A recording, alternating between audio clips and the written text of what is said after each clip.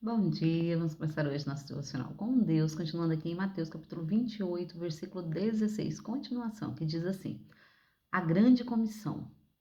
Os 11 discípulos rumaram para Galiléia, em direção aos montes que Jesus lhe determinara.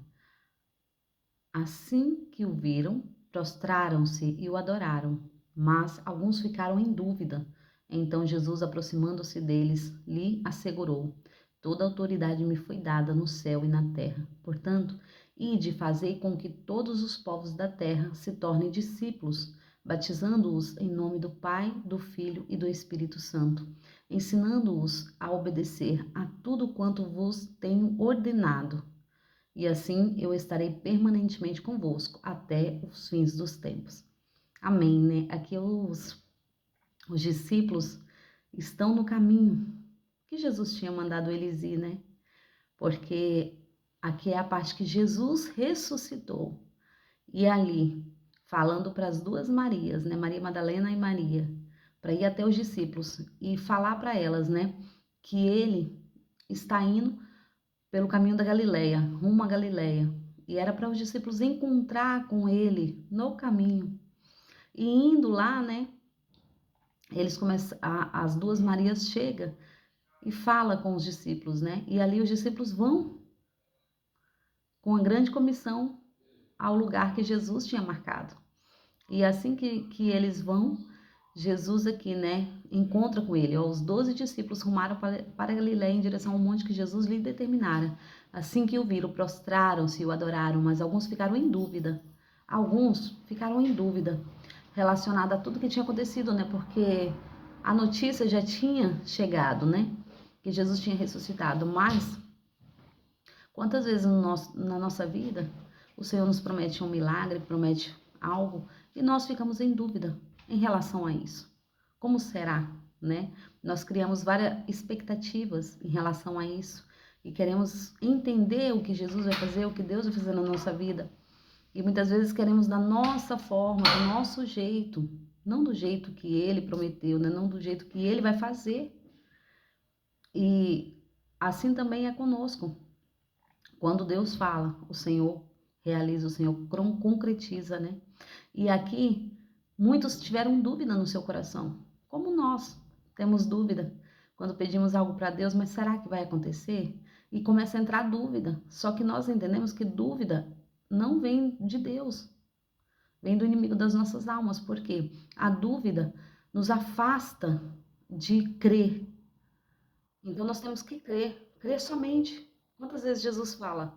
Crê somente, que o teu milagre vai chegar, crê somente, que a tua cura já está, crê somente. Quantas vezes Jesus repetiu para crer?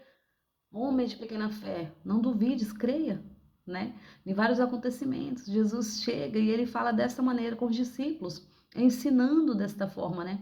E mesmo nessa fase que Jesus já havia ressuscitado, alguns duvidaram ainda, né?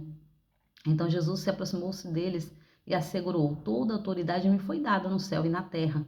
Portanto, ide fazer com que todos os povos da terra se tornem discípulos, batizando-os em nome do Pai, do Filho e do Espírito Santo. O interessante é que Jesus fala para que todos sejam batizados, né? Em nome do Pai, do Filho e do Espírito Santo.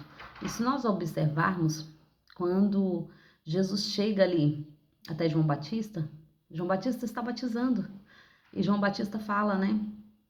Que vai batizar ali para remissão dos pecados, né? Vai batizar para que eles andem no caminho correto do Senhor, né? Mas quando João Batista vê Jesus, o coração dele se alegra, ele reconhece Jesus. E ele olha para Jesus e diz, né? Eis aí o Cordeiro de Deus que tira o pecado do mundo. Porque até naquele tempo, muitos tinham se levantado, mas nenhum deles era como Jesus. Nenhum deles conseguiu fazer o que Jesus veio fazer. E João Batista o reconhece e fala, eis aí o Cordeiro de Deus. O que seria um cordeiro? Um cordeiro seria levado ao sacrifício, como Jesus foi. Então, por ser Jesus, Jesus ia salvar a humanidade. E eis aí o Cordeiro de Deus que tira o pecado do mundo. Só Jesus pode tirar o pecado do homem. Nós, por nós mesmos, não podemos. E o interessante é que João reconhece quem é Jesus. E ele estava batizando, nesse momento, né? Só que até aí ele não batizava desta forma, né? Mas quando ele vê Jesus, ele fala: Eis aí o Cordeiro de Deus que tira o pecado do mundo. E ele batizou Jesus para que se cumprisse toda a Escritura. E aqui Jesus fala, né? Portanto, ide fazer com que todos os povos da terra se tornem discípulos, batizando-os em nome do Pai, do Filho e do Espírito Santo, ensinando-os a obedecer a tudo quanto vos tenho ordenado, e assim eu estarei permanentemente convosco até o fim dos tempos. Então foi uma promessa que ele nos fez de estar conosco. Como ele está conosco? Ele está conosco em espírito, porque o Espírito Santo é o Espírito de Deus. Então, quando João Batista batiza a Jesus, desce uma pomba no ombro de Jesus. E ali significa que o Espírito Santo está descendo à terra, porque até aí não havia ainda o Espírito Santo aqui na terra. Eles não entendiam que o Espírito Santo era de Deus, né? E quando João Batista batiza Jesus, o Espírito Santo desce sobre Jesus. E o interessante é isso, né? Que Jesus está aqui falando: olha, eu recebi o Espírito Santo, mas eu vou deixá-lo aqui para demonstrar que eu estou convosco, vocês não estão só, vocês não são órfãos, vocês agora têm um pai, porque até aí ninguém podia chamar Deus de pai. E foi um dos motivos com que eles crucificaram a Jesus, né? Que eles acharam para crucificar Jesus, porque Jesus declarava que era filho de Deus. Então, para eles era uma blasfêmia.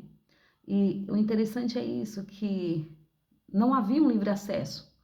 Para eles orar, para buscar o Senhor, eles entravam no templo ali, só que só podia ter acesso os que eram pastores da época, os que eram, né, que tinham um chamado diferente. E eles que levavam as orações até a Deus, né?